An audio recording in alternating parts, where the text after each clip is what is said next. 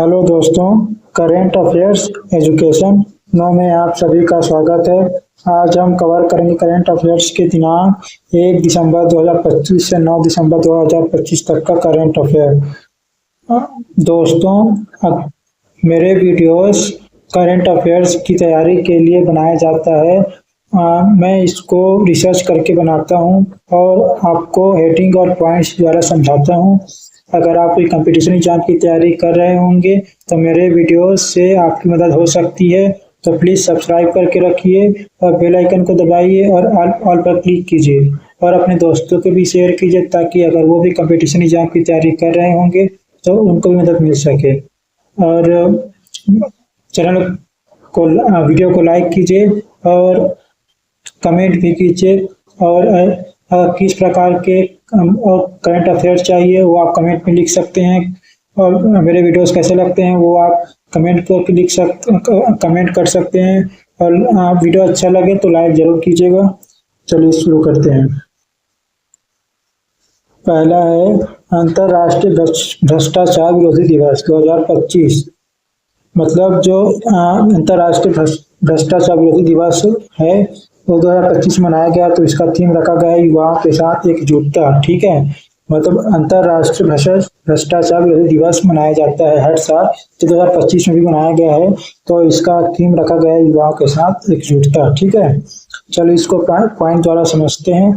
तो पॉइंट दिया हुआ है, पहला पॉइंट, अंतर्राष्ट्रीय भ्रष्टाचार विरोधी दिवस दिनांक 9 दिसंबर 2025 को दुनिया भर में मनाया जाता है। यानी कि 9 दिसंबर को अंतर्राष्ट्रीय भ्रष्टाचार विरोधी दिवस मनाया जाता है। तो इस साल भी मतलब 9 दिसंबर 2025 को भी दुनिया भर में मनाया गया क्या, अंतर्राष्ट्रीय भ्रष्टाचार विरोधी दिवस। ठीक है, क्लियर। चलिए अगला पॉइंट देखते हैं। अगला पॉइंट है इस वर्ष 2025 का मुख्य विषय। ठीक है, मतलब इसका मुख्य विषय क्या है 2025 का, तो भ्रष्टाचार के खिलाफ युवाओं के साथ एकजुटता। मतलब भ्रष्टाचार के खिलाफ युवाओं के साथ एकजुटता, ये इसका थीम है, विषय जिसको आप बोलते हैं वो है। ठीक है, कल की अखंडता को आकार देना, ठीक है, रखा गया है। मतलब जो भ्रष्टाचार के खिलाफ जो युवाओं के साथ एकजुटता है उसके अंदर क्या है, कल की अखंडता को आकार देना। ठीक है, ये इसका मुख्य विषय है। ठीक है, इसका थीम है, मेन विषय है। ठीक है, चलिए अगला पॉइंट देखते हैं। अगला पॉइंट है संयुक्त राष्ट्र यूएन ने, मतलब संयुक्त राष्ट्र मतलब यूएन ने इस दिवस पर भ्रष्टाचार से निपटने के लिए वैश्विक सहयोग और पारदर्शिता की आवश्यकता पर जोर दिया है। मतलब जो यूएन है इस दिवस पर भ्रष्टाचार से निपटने के लिए, मतलब भ्रष्टाचारी से निपटने के लिए वैश्विक सहयोग भी दिया और पारदर्शी की आवश्यकता पर जोर दिया है। ठीक है, पारदर्शिता और वैश्विक सहयोग पर आवश्यकता पड़ने पर जोर दिया है। ठीक है,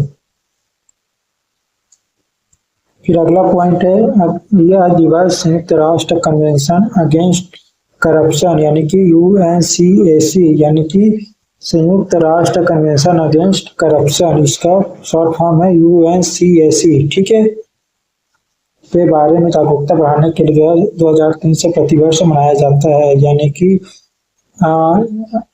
मतलब जो यह दिवस हो जाता है अंतर्राष्ट्रीय भ्रष्टाचारी जो है।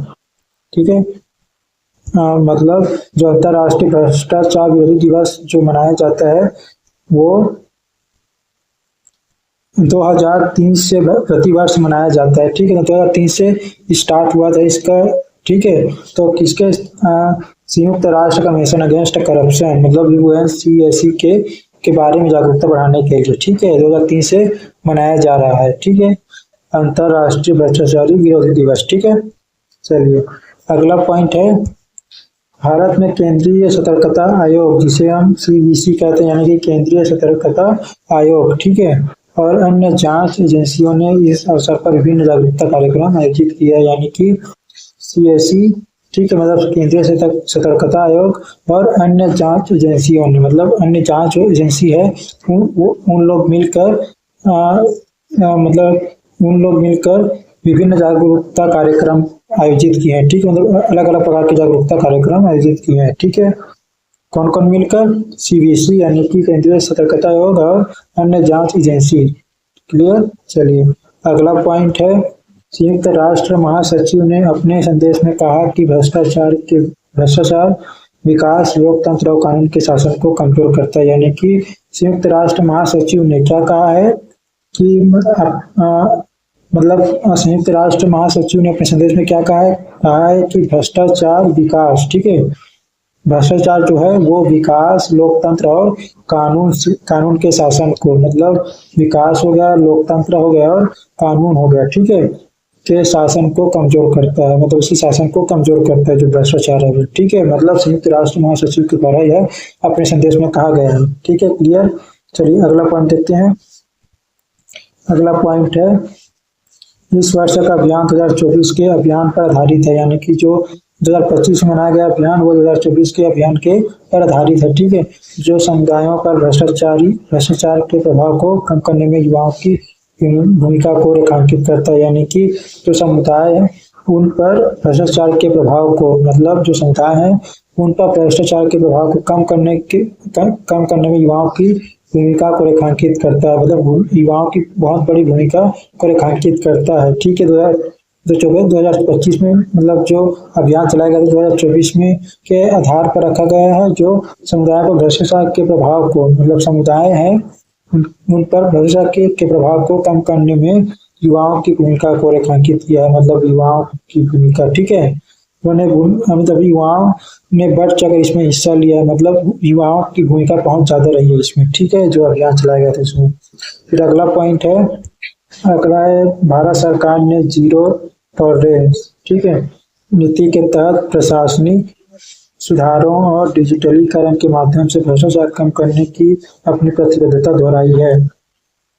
मतलब जो भारत सरकार है वो जीरो टॉलरेंस नीति के तहत, मतलब जीरो टॉलरेंस की जो नीति के तहत है वो प्रशासनिक सुधार हो गया और डिजिटलीकरण के माध्यम से भ्रष्टाचार कम करने की अपनी प्रतिबद्धता दोहराई है, ठीक है, भारत सरकार ने, ठीक है, जीरो टॉलरेंस नीति के तहत, ठीक है।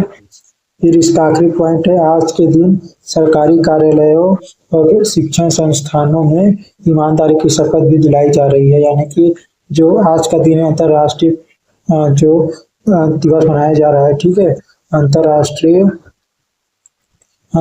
भ्रष्टाचार विरोधी दिवस जो मनाया गया उस दिन, मतलब इस दिन सरकारी कार्यालयों और शिक्षण संस्थाओं में, मतलब सरकारी कार्यालय हो गया, शिक्षण संस्थान हो गया, वहाँ ईमानदारी की शपथ भी दिलाई जा रही है, ठीक है, सरकारी कार्यालय और शिक्षण संस्थाओं में, ठीक है, स्कूल हो गया, कॉलेज हो गया, ठीक है, यूनिवर्सिटी हो गया। तो सरकारी कार्यालय यानी कि SDM ऑफिस हो गया, कलेक्टर ऑफिस हो गया, पुलिस स्टेशन हो गया, ठीक है, और अलग अलग कार्यालय होता है वहाँ, मतलब अब अपनी जो ईमानदारी है उसकी शपथ दिलाई जा रही है, ठीक है। फिर अगला देखते हैं, अगला है इंडिगो विमान संकट। इंडिगो विमान संकट 250 से अधिक उड़ानें रद्द, मंत्रालय सख्त, मतलब जो मंत्रालय वो सख्त मना किया है, और 250 से अधिक उड़ानें जो है रद्द कर दी गई है, ठीक है, मंत्रालय द्वारा सख्त आदेश है इंडिगो विमान संकट में। अब देखते हैं इसको पॉइंट द्वारा समझते हैं। पॉइंट में दिया हुआ, देश की सबसे बड़ी एयरलाइन इंडिगो का परिचालन संकट आज 7वें दिन भी जारी रहा। मतलब जो इंडिगो एयरलाइन है, ठीक है, वो देश की सबसे बड़ी एयरलाइन है, ठीक है, वो उसका जो परिचालन है वो संकट में, ठीक है, वो 7वें दिन भी जारी रहा, ठीक है, जिसके चलते यहाँ 250 से अधिक उड़ानें वो रद्द कर दी गई। यानी कि मतलब इस अभियान, मतलब जो मतलब जो जारी रहा है, मतलब संकट में आज वाला उसको उस दिन भी, मतलब आज के दिन भी 250 से अधिक जो उड़ानें हैं वो रद्द कर दी गई है, मतलब इंडिगो एयरलाइन के जो जितने भी विमान है, ठीक है, वो। फिर अगला पॉइंट है, दिल्ली और बेंगलुरु हवाई अड्डे इस व्यवधान से सबसे अधिक प्रभावित हुए हैं, जहां सैकड़ों यात्री फंसे हुए हैं। यानी कि दिल्ली और बेंगलुरु हवाई अड्डे, ठीक है, इस व्यवधान से अधिक प्रभावित हुए हैं, जहां सैकड़ों यात्री फंसे हुए हैं। यानी कि दिल्ली और बेंगलुरु में सबसे सबसे अधिक प्रभावित हुए हैं, क्योंकि वहां सैकड़ों यात्री फंसे हुए हैं, यानी कि सैकड़ों हजारों की संख्या में, मतलब सैकड़ों की संख्या में, मतलब जो यात्री हैं वो फंसे हुए हैं। ठीक है, इस व्यवधान से बहुत ही ज्यादा अधिक प्रभावित हुए हैं। ठीक है, दिल्ली और बेंगलुरु हवाई अड्डे में। ठीक है, फिर अगला पॉइंट है नागरिक उड्डयन महानिदेशालय, जिसका शॉर्ट फॉर्म है डीजीसीए। ठीक है, मतलब नागरिक उड्डयन महानिदेशालय का शॉर्ट फॉर्म है डीजीसीए। ठीक है, ने स्थिति का संज्ञान लेते हुए एयरलाइन प्रबंधन को तत्काल सुधारात्मक कदम उठाने के निर्देश दिए हैं। मतलब जो एयरलाइन प्रबंधन है उनको डीजीसीए यानी कि नागरिक उड्डयन महानिदेशालय ने स्थिति का संज्ञान लेते हुए सुधारात्मक कदम उठाने का निर्देश दिया है। ठीक है, कि कौन? एयरलाइन प्रबंधन को नागरिक उड्डयन महानिदेशालय ने। ठीक है, तब डीजीसीए ने। ठीक है, क्लियर। फिर अगला पॉइंट है इंडिगो के अधिकारियों ने पूर्ण परिचालन बहाल करने और रिफंड प्रक्रिया में तेजी लाने के लिए एक संकट समूह का गठन किया है। यानी कि संकट समूह का गठन किया किसने? इंडिगो के अधिकारियों ने। ठीक है, पूर्ण परिचालन बहाल करने और रिफंड प्रक्रिया में तेजी लाने के लिए। ठीक है, क्लियर। संकट समूह का गठन किया। ठीक, क्लियर। अगला पॉइंट है रिपोर्टों के अनुसार, मतलब रिपोर्टों के अनुसार यह संकट मुख्य रूप से चालक दल की अनुपलब्धता और तकनीकी रसद की समस्याओं के कारण उत्पन्न हुआ है। यानी कि जो संकट हुआ है मुख्य रूप से चालक दल की अनुपलब्धता और तकनीकी रसद की समस्याओं के कारण उत्पन्न हुआ है। ठीक है, जो यह संकट हुआ है। ठीक है, क्लियर। फिर अगला पॉइंट है नागरिक उड्डयन मंत्रालय ने एयरलाइन से यात्रियों को वैकल्पिक उड़ानें और होटल आवास प्रदान करने का आदेश दिया है। यानी कि जो नागरिक उड्डयन मंत्रालय है उन्होंने एयरलाइन से यात्रियों को वैकल्पिक उड़ानें और होटल आवास प्रदान करने का आदेश दिया है। ठीक है, यात्रियों को। ठीक है, कौन? एयरलाइंस ने, नागरिक उड्डयन मंत्रालय ने एयरलाइंस। ठीक है, मतलब एयरलाइंस से नागरिक उड्डयन मंत्रालय ने यात्रियों को वैकल्पिक उड़ानें और होटल आवास प्रदान करने का आदेश दिया है। ठीक है,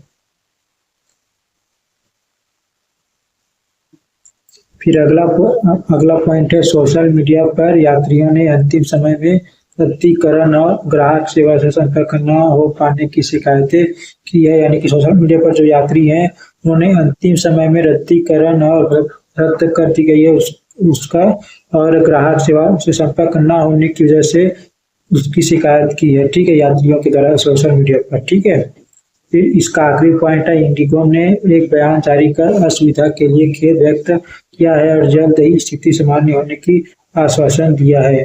ठीक है, यानी कि जो इंडिगो है, इंडिगो एयरलाइन, उन्होंने एक बयान जारी किया है जिसमें असुविधा के लिए खेद व्यक्त किया है। ठीक है, अपना जो असुविधा हो रही है उसमें खेद व्यक्त किया हुआ है और जल्द ही स्थिति सामान्य होने की आश्वासन दिया है। यानी कि जल्द ही स्थिति सामान्य हो जाएगी ऐसा आश्वासन दिया हुआ है सभी को। ठीक है, अपना बयान में ऐसा दिया है। ठीक है, चलिए, अगर वीडियो अच्छा लग रहा हो तो वीडियो को लाइक कीजिए, दोस्तों चैनल को सब्सक्राइब कीजिए और अपने दोस्तों को भी शेयर कीजिए और चैनल को सब्सक्राइब कीजिए और बेल आइकन दबाइए और ऑल पर क्लिक कीजिए। मैं जो वीडियो बनाता हूँ दोस्तों करंट अफेयर्स में तैयारी कर रहे लोगों के लिए एक महत्वपूर्ण काम करता है जो मेरी वीडियोस होती हैं वो। तो अगर आप कोई कंपटीशन एग्जाम की तैयारी कर रहे होंगे तो आपको मदद मिल सकती है मेरे वीडियो से, तो प्लीज़ सब्सक्राइब कीजिए। और आप वीडियो देखते हैं दोस्तों लेकिन सब्सक्राइब नहीं करते तो प्लीज़ सब्सक्राइब कीजिए जरूर। सब्सक्राइब करने का फायदा ये होता है कि जब भी मैं वीडियो अपलोड करूंगा, चाहे शॉर्ट्स वीडियोस हो या फिर लॉन्ग वीडियो, तो सबसे पहले आप तक मेरी वीडियो पहुंच जाएगी। चलिए, और आप कमेंट करके भी बोल सकते हैं दोस्तों कि आपको और किस प्रकार का वीडियो चाहिए, ताकि मैं उस पर भी मैं वीडियो बना सकूं और मुझे समझ में आए कि आपको किस टाइप का वीडियो पसंद आ रहा है। ठीक है, चलिए अगला देखते हैं। अगला है IPL 2026 नीलामी। ठीक है, 350 खिलाड़ियों की अंतिम सूची जारी। मतलब जो IPL 2026 है नीलामी है, जो 350 खिलाड़ियों की अंतिम सूची जारी कर दी गई है। ठीक है, फिर इस अगला पॉइंट हम इसको पॉइंट जरा समझते हैं। पॉइंट दिया हुआ है इंडियन प्रीमियर लीग जिसका हम बोलते हैं आईपीएल। ठीक है, 2026 का कामी नीलामी के लिए आज 350 खिलाड़ियों की अंतिम सूची जारी कर दी गई है। मतलब आने वाली नीलामी है उसके लिए 350 खिलाड़ियों की अंतिम सूची जारी कर दी गई है आईपीएल ने। ठीक है, आने वाली नीलामी के लिए 350 खिलाड़ियों की अंतिम सूची जारी कर दी गई है आईपीएल ने। ठीक है, जिसका फुल फॉर्म है आईपीएल का इंडियन प्रीमियर लीग। ठीक है, क्लियर। चलिए अगला पॉइंट देखते हैं। अगला पॉइंट दिया हुआ है यह नीलामी 16 दिसंबर को आयोजित की जाएगी। मतलब जो नीलामी है वो 16 दिसंबर को आयोजित की जाएगी, जिसमें वेंकटेश अय्यर और कैमरून ग्रीन जैसे बड़े नाम शामिल है।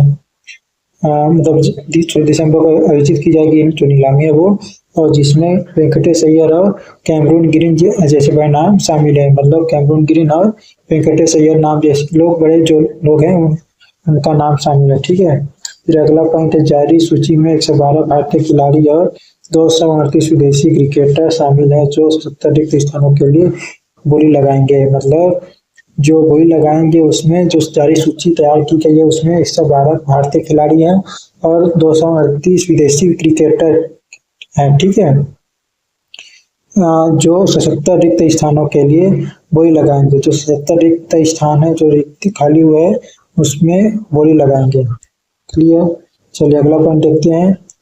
अगला पॉइंट दिया हुआ ब्रांड फाइनेंस के आंकड़ों के अनुसार भू राजनीतिक तनाव के कारण 2025 में आईपीएल पारिस्थितिकी तंत्र का मूल्य 20% गिरकर 9.6 बिलियन डॉलर हो गया है। यानी कि जो ब्रांड फाइनेंस के आंकड़ों के अनुसार बताया गया है कि भू राजनीतिक तनाव के कारण, मतलब भू राजनीतिक तनाव के कारण 2025 में आईपीएल पारिस्थितिकी तंत्र का मूल्य, ठीक है, पारिस्थितिकी तंत्र का मूल्य 20% गिर कर, मतलब जो पुराना है उससे 20% गिर कर 9.6 बिलियन डॉलर हो गया है। ठीक है, तब 9.6 बिलियन डॉलर हो गया है 20% गिर कर। ठीक है, पारिस्थितिकी तंत्र का मूल्य ब्रांड फाइनेंस आंकड़ों के अनुसार। ठीक है, राजनीतिक तनाव के कारण। ठीक है, 2025 में आईपीएल पारिस्थितिकी तंत्र का मूल्य। ठीक है, चलिए अगला पॉइंट है राजस्थान रॉयल्स फ्रेंचाइजी ने अपनी बहुमत हिस्सेदारी बेचने की प्रक्रिया भी शुरू कर दी है। यानी कि जो राजस्थान रॉयल फ्रेंचाइजी है उन्होंने अपनी बहुमत हिस्सेदारी बेचने की प्रक्रिया भी शुरू कर दी है। क्लियर। चलिए अगला पॉइंट देखते हैं। अगला पॉइंट नीलामी में युवा भारतीय प्रतिभाओं और T20 विशेषज्ञों पर विशेष ध्यान दिए जाने की उम्मीद है। यानी कि जो नीलामी है उसमें युवा भारतीय प्रतिभा है, ठीक है, युवा भारतीय प्रतिभा और T20 विशेषज्ञ, ठीक है, उन पर विशेष ध्यान देने की उम्मीद है। ठीक है, फिर अगला पॉइंट है सभी 10 टीमें अपने दस्ते को मजबूत करने के लिए सीमित पर्स के साथ रणनीति बना रही है। यानी कि जितने भी 10 टीमें हैं, जितने भी 10 टीमें हैं अपने दस्ते को मजबूत करने के लिए सीमित पर्स के साथ रणनीति बना रही है।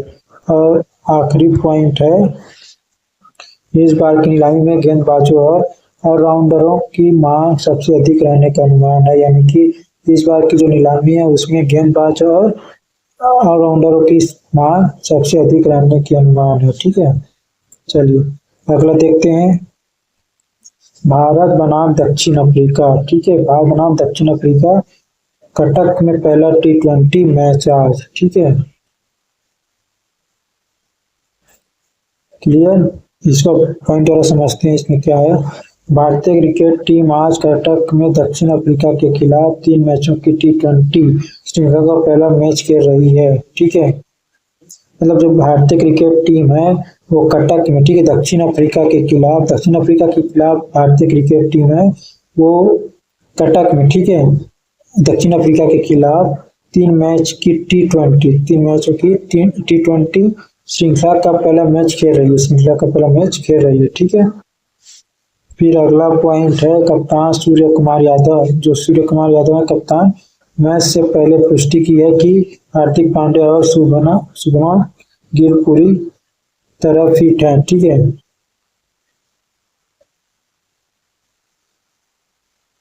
ठीक है, मतलब जो कप्तान है सूर्य कुमार यादव वो मैच से पहले पुष्टि की है कि हार्दिक पांड्या और शुभमन गिल पूरी तरह से फिट है। ठीक है, चलिए अगला पॉइंट देखते हैं। यह श्रृंखला 2026 T20 विश्व कप की तैयारी के दृष्टिकोण से महत्वपूर्ण मानी जा रही है। यानी कि जो यह श्रृंखला है 2026 की T20 विश्व कप उसकी तैयारी के दृष्टिकोण से महत्वपूर्ण मानी जा रही है दृष्टिकोण से। ठीक है, जो T20 विश्व कप की जो तैयारी है वो ठीक है महत्वपूर्ण मानी जा रही है। फिर अगला पॉइंट है कटक के बाराबती स्टेडियम में होने वाले इस मुकाबले के लिए सुरक्षा के कड़े इंतजाम किए गए। मतलब कटक के जो बारामती स्टेडियम नाम स्टेडियम है ठीक है, वहां होने वाले इस मुकाबले के लिए सुरक्षा के कड़े इंतजाम मतलब सुरक्षा के लिए कड़ी इंतजाम किए हुए हैं। ठीक है, फिर अगला पॉइंट है भारतीय टीम ने युवा और अनुभवी खिलाड़ियों का मिश्रण है। ठीक है, मतलब भारतीय टीम में युवा और अनुभवी खिलाड़ियों का मिश्रण है। युवा भी है और अनुभवी खिलाड़ी भी है, उनका मिश्रण है जो घरेलू परिस्थितियों का लाभ उठाना चाहेंगे। मतलब जो घरेलू परिस्थितियों का लाभ उठाना चाहेंगे। अगला पॉइंट है दक्षिण अफ्रीका की टीम ने भी हाल ही में अच्छा प्रदर्शन किया। मतलब दक्षिण अफ्रीका की जो टीम है उन्होंने भी हाल ही में अच्छा प्रदर्शन किया है और वे कड़ी चुनौती पेश करेंगे और वो भी कड़ी चुनौती भी पेश कर सकते हैं। ठीक है, ऐसा कहा गया है। अगला पॉइंट है मैच शाम 7 बजे से IST ठीक है शुरू होगा और टॉस की भूमिका अहम रहने की उम्मीद है। मतलब जो मैच है वो शाम 7 बजे शुरू होगी और टॉस की जो भूमिका है वो अहम रहने की उम्मीद है। और इसका आखिरी पॉइंट है मौसम विभाग के अनुसार मैच के दौरान बारिश की संभावना कम है जिससे पूरा खेल संभव होगा। यानी कि जो मौसम विभाग का जो अनुमान जो मतलब मौसम विभाग का जो अनुमान है मतलब उनके अनुसार है कि जो मैच है जो मैच चलेगा उसके दौरान बारिश की संभावना कम रहेगी जिसका पूरा खेल संभव हो पाएगा। यानी कि जो खेल चल रहा होगा वो पूरा चलेगा। ठीक है, इसमें कोई रुकावट नहीं आएगी, ऐसा अनुमान लगाया जा रहा है मौसम विभाग के द्वारा। ठीक है, चलिए अगला देखते हैं। अगला लैंडो नॉरिस बने नए F1 विश्व चैंपियन 2025। मतलब लैंडो नॉरिस बने वो कौन बने नए F1 विश्व चैंपियन 2025 2025 के F1 विश्व चैंपियन। ठीक है, कौन लैंडो नॉरिस है इसको पॉइंट द्वारा समझते हैं। पॉइंट दिया हुआ है British racing driver Lando Norris को फॉर्मूला 1 F1 2025 का विश्व चैंपियन घोषित किया गया है। मतलब जो ब्रिटिश रेसिंग ड्राइवर है मतलब ब्रिटिश रेसिंग ड्राइवर है कौन लैंडो नॉरिस। ठीक है, उसको फार्मूला 1 ठीक है फार्मूला 1 जिसको हम बोलते हैं F1 ठीक है, शॉर्ट फॉर्म है F1 और फुल फॉर्म है फार्मूला 1। ठीक है, 2025 का विश्व चैंपियन घोषित किया गया है। मतलब विश्व चैंपियन घोषित किया गया 2025 में। ठीक है, फार्मूला 1 ठीक है लैंडो नॉरिस को। ठीक है, British racing driver Lando Norris को ठीक है फार्मूला 1 2025 का ठीक है विश्व चैंपियन घोषित किया गया है। फिर अगला पॉइंट है मैकलारेन के ड्राइवर नॉरिस ने एक रोमांचक सीजन के अंत में यह प्रतिष्ठित खिताब हासिल किया है। मतलब जो मैकलारेन के जो ड्राइवर है नॉरिस ने मतलब जो नॉरिस है उन्होंने एक रोमांचक सीजन के अंत में मतलब जो रोमांचक जो सीजन है उसके अंत में यह प्रतिष्ठित खिताब हासिल किया है। तो जो खिताब है वो हासिल किया है जो ठीक है। फिर अगला पॉइंट है उन्होंने रेड बुल के मैक्स वेरस्टैपेन के वर्चस्व को चुनौती देते हुए अपनी पहली चैंपियनशिप जीती। मतलब उन्होंने जो वो कौन है नॉरिस है वो रेड बुल के मैक्स वेरस्टैपेन के वर्चस्व को चुनौती देते हुए ठीक है वेरस्टैपेन के वर्चस्व को चुनौती देते हुए अपनी पहली चैंपियनशिप जीती है। ठीक है, कौन नॉरिस ने। ठीक है, फिर अगला पॉइंट है यह जीत मैकलारेन टीम के लिए भी महत्वपूर्ण है जो कई वर्षों के बाद शीर्ष पर लौटी है। यानी कि जो मैकलारेन जो टीम है उसके लिए भी महत्वपूर्ण है क्योंकि यह जो मतलब जो जीत है वो कई वर्षों के बाद शीर्ष पर लौटी है। मतलब कई वर्षों के बाद ये वापस लौटी है। ठीक है, इतने ऊपर तक पहुंची है इतने सालों बाद। ठीक है, फिर अगला पॉइंट है सीजन की अंतिम रेस में नॉरिस ने संयम और कौशल का परिचय देते हुए आवश्यक अंक जुटाए, मतलब जो नॉरिस है वो सीजन की अंतिम रेस में, मतलब जो सीजन है उसके अंतिम रेस में संयम रखते हुए और अपने कौशल का परिचय देते हुए, ठीक है, मतलब अभिनय, ठीक है, मतलब जो कौशल है, मतलब अनुभव, अपन अनुभव का जो कौशल है वो, और संयम मतलब शांति के साथ, मतलब सॉरी, मतलब संयम मतलब पूरे अ, आराम से, मतलब सोच समझ कर शांत दिमाग से रहते हुए, ठीक है, मतलब अपने दिमाग को ठंडा रख के अपना जो अंक है वो जुटाने के लिए अपना जो सीएम है उसका कौशल का परिचय देते हुए आवश्यक अंक जुटाए। कौन? नॉरिस ने सीजन के अंतिम रेस में, ठीक है। फिर अगला पॉइंट है, मोटर स्पोर्ट्स जगत में इसे एक नए युग की शुरुआत माना जा रहा है, ठीक है। मोटर मोटर स्पोर्ट्स जगत में, मतलब जो मोटर स्पोर्ट्स जो जगत है, मतलब जो रेसिंग का है, तो किसी सी बात, तो मोटर स्पोर्ट्स की जगत है, इसे एक नए युग की शुरुआत माना जा रहा है, मतलब इसे एक नए युग की शुरुआत माना जा रहा है मोटर स्पोर्ट्स जगत में, जो ये अंक जुटाने की वजह से, ठीक है। अंक अच्छा मिलने की वजह से इसको एक नए युग की शुरुआत के रूप में देखा जा रहा है, ठीक है, इसको माना जा रहा है। ये अगला पॉइंट, नॉरिस ने अपनी जीत का श्रेय टीम की कड़ी मेहनत और रणनीतिक सुधारों को दिया है, ठीक है, मतलब जो नॉरिस है वो अपनी जीत का श्रेय किसको दिया है? टीम की कड़ी मेहनत, अपनी टीम की कड़ी मेहनत, ठीक है, अपनी टीम की कड़ी मेहनत और रणनीतिक सुधार, मतलब जो रणनीतिक सुधार है उसको दिया है, उस उनको श्रेय दिया है, ठीक है, नॉरिस ने अपनी जीत का श्रेय, ठीक है, टीम की कड़ी मेहनत और रणनीतिक सुधारों को दिया है। फिर इसका आखिरी पॉइंट है, यूके और दुनिया भर में उनके प्रशंसकों ने इस ऐतिहासिक जीत का जश्न मनाया, मतलब यूके और दुनिया भर में उनके प्रशंसकों ने, मतलब जो नॉरिस नॉरिस के उनके जो प्रशंसक है वो, और यूके यूके ठीक है, और कौन? नॉरिस के जो प्रशंसक है, मतलब दुनिया भर में जो उनके प्रशंसक है वो उन्हें मिलकर इस ऐतिहासिक जीत का जश्न मनाया, ठीक है। चलिए अगला देखते हैं। अगला है संसद में वंदे मातरम पर विवाद, मतलब संसद में वंदे मातरम पर विवाद, पीएम मोदी ने कांग्रेस की आलोचना की, ठीक है, मतलब जो पीएम मोदी है वो कांग्रेस की आलोचना करते हुए संसद में वंदे मातरम पर विवाद छेड़ा, ठीक है, ठीक है। चलिए अगला इसको पॉइंट वाला समझते हैं।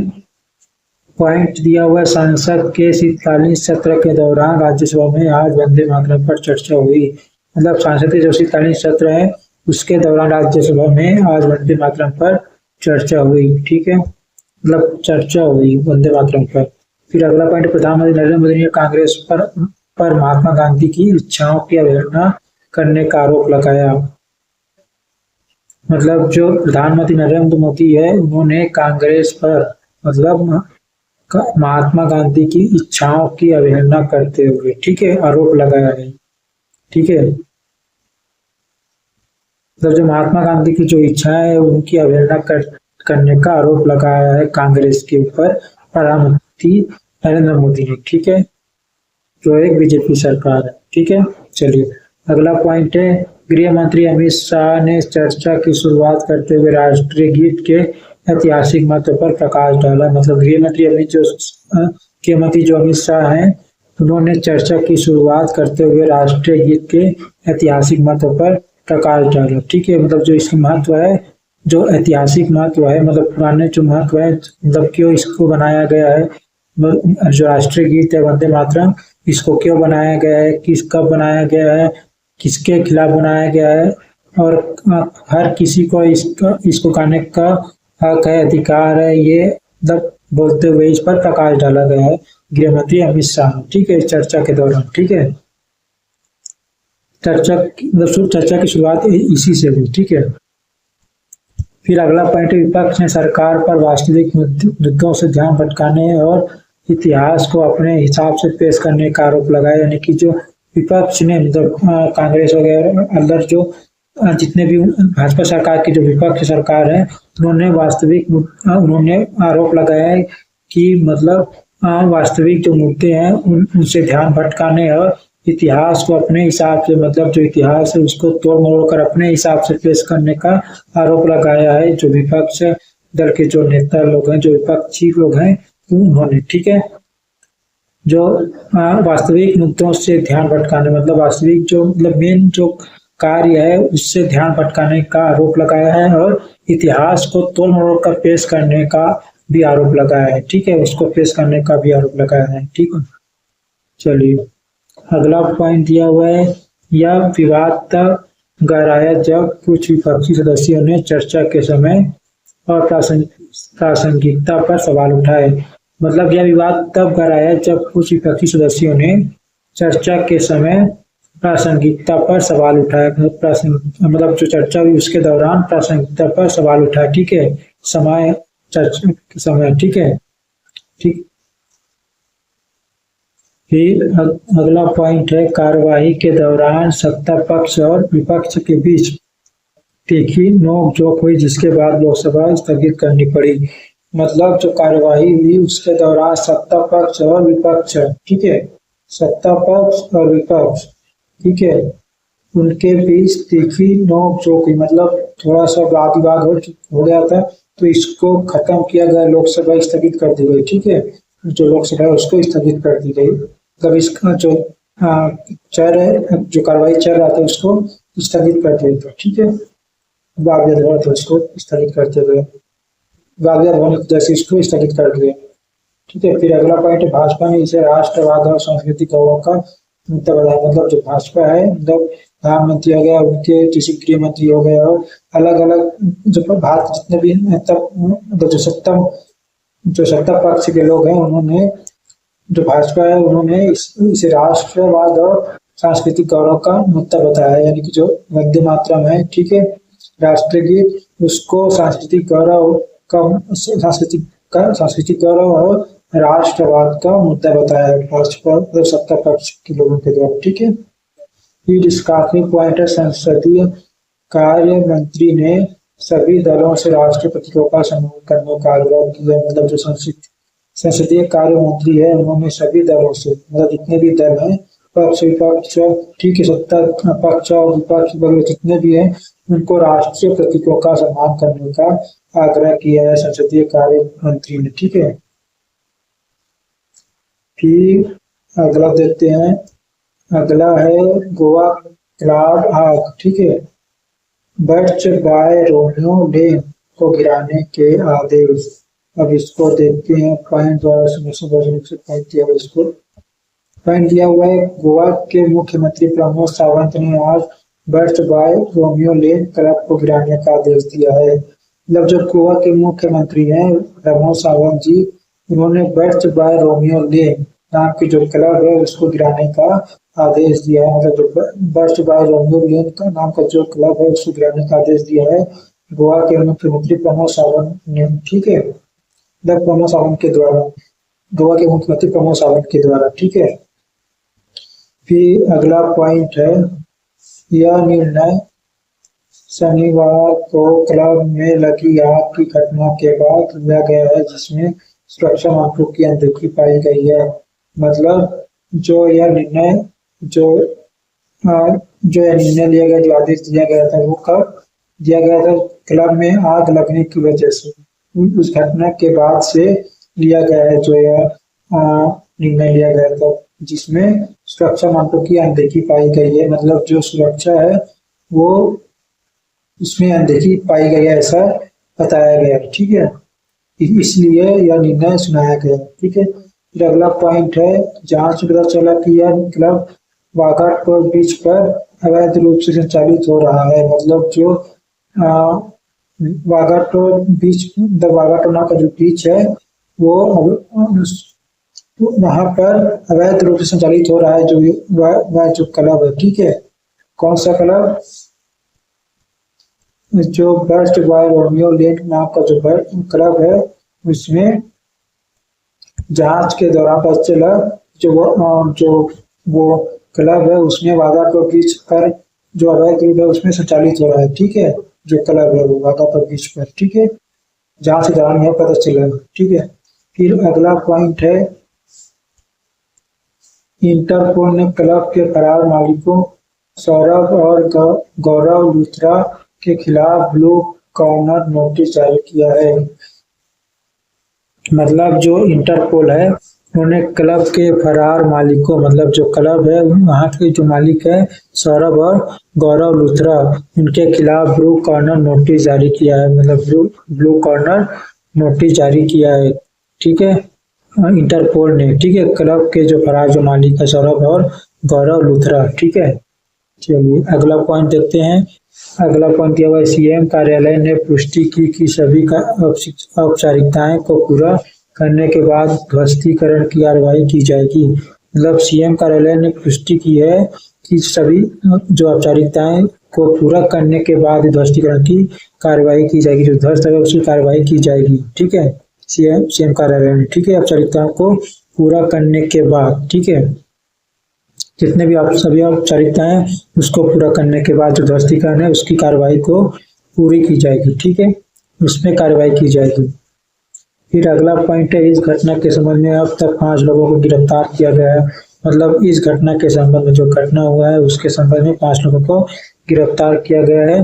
फिर अगला पॉइंट है, राज्य सरकार ने समुद्र तट पर बने अन्य अवैध निर्माणों की भी जांच शुरू कर दी है। मतलब जो राज्य सरकार है उन्होंने समुद्र तट पर बने अन्य अवैध निर्माण है उनकी भी जांच शुरू करवा दी गई है, ठीक है। फिर इसका आखिरी पॉइंट है, पर्यटन विभाग ने पर्यटकों की सुरक्षा सुनिश्चित करने के लिए नए दिशा निर्देश जारी किए हैं। मतलब जो पर्यटन विभाग है उन्होंने पर्यटकों की सुरक्षा, ठीक है, जो पर्यटक आते हैं, यात्री आते हैं, उनको देखने के लिए जो पर्यटक होते हैं उनकी सुरक्षा को सुनिश्चित करने के लिए नए जो दिशा निर्देश है वो नया दिशा निर्देश जारी किए हैं, ठीक है, पर्यटन विभाग ने। क्लियर। चलिए उनकी सुरक्षा के लिए जो पर्यटन है, मतलब जो पर्यटक है, पर्यटन जो होते हैं, जो पर्यटक मतलब घूमने वाले, जिसकी कोई स्थल है वहां घूमने के लिए, जो किसी की झरना हो गया या फिर क्लब हो गया, मतलब कहीं भी जो पर्यटक होते हैं वहां, तो उनकी सुरक्षा के लिए, जो पर्यटक होते हैं उनकी सुरक्षा के लिए दिशा निर्देश और नए दिशा निर्देश जारी किया है वो पर्यटन विभाग के द्वारा, ठीक है। चलिए अगला देखते हैं। अगला दिया हुआ है IATA रिपोर्ट। 2026 में एयरलाइन उद्योग का रिकॉर्ड $41 बिलियन मुनाफा, ठीक है। 2026 में एयरलाइन उद्योग का जो रिकॉर्ड है वो $21 बिलियन का मुनाफा किया है, ऐसा बताया गया है। किसके रिपोर्ट के अनुसार? IATA रिपोर्ट के अनुसार, ठीक है, 2026 में। अब इसको देखते हैं, पॉइंट जरा समझते हैं। इंटरनेशनल एयर ट्रांसपोर्ट एसोसिएशन, जिसका शॉर्ट फॉर्म है IATA, जिसका फुल फॉर्म है इंटरनेशनल एयर ट्रांसपोर्ट एसोसिएशन, ने आज अपनी नवीनतम वित्तीय रिपोर्ट जारी की है, ठीक है। जो इंटरनेशनल एयर ट्रांसपोर्ट एसोसिएशन है IATA, उन्होंने आज अपनी नवीनतम वित्तीय जो रिपोर्ट है वो जारी की है, ठीक है।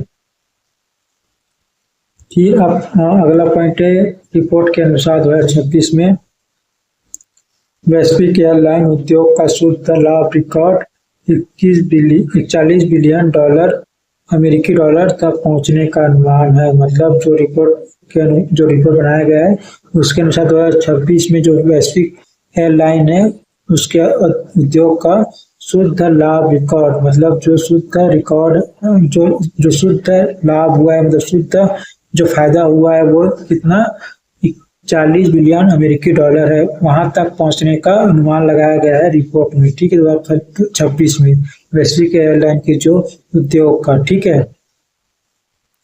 फिर अगला पॉइंट है, यह 2025 के अनुमानित $39.5 बिलियन के मुनाफे से अधिक है। मतलब जो यह अनुमान लगाया गया है 2025 के अनुसार जो $39.5 बिलियन है, उस मुनाफे के मतलब जो मुनाफे हैं, जब जो 2025 में अनुमान लगाया गया था 39.5 बिलियन डॉलर, ठीक है, उस मुनाफे से अधिक बताया गया है 2026 का मुनाफा, ठीक है, जो 40.5 बिलियन डॉलर से अधिक बताया गया है, ठीक है, जो उद्योग में मजबूत सुधार को दर्शाता है। मतलब जो उद्योग है उसकी मजबूत सुधार को दर्शाता है, ठीक है। फिर अगला पॉइंट है, IATA ने कहा कि यात्री मांग में वृद्धि और ईंधन ईंधन की स्थिर कीमतें इस वृद्धि के मुख्य कारक है। मतलब जो एटीए ने कहा है, मतलब एटीए ने कहा कि यात्री मांग में, ठीक है, यात्री मांग में वृद्धि और ईंधन, ठीक है, ईंधन की स्थिर कीमतें, मतलब ईंधन की स्थिर ईंधन, मतलब जो ईंधन की स्थिर कीमतें हैं और जो वृद्धि है, ठीक है, उसकी इस वृद्धि के मुख्य कारक मतलब बताए गए हैं, ठीक है। फिर अगला पॉइंट है एशिया प्रशांत क्षेत्र, ठीक है, एशिया प्रशांत क्षेत्र विशेष रूप से भारत और चीन इस विकास के प्रमुख योगदान करता रहेंगे। मतलब एशिया प्रशांत क्षेत्र जो विशेष रूप से जो भारत और चीन है इस विकास में प्रमुख योगदान करता रहेंगे। मतलब भारत और चीन जो इस विकास के प्रमुख योगदान करता रहेंगे, ठीक है, तो एशिया प्रशांत क्षेत्र, ठीक है,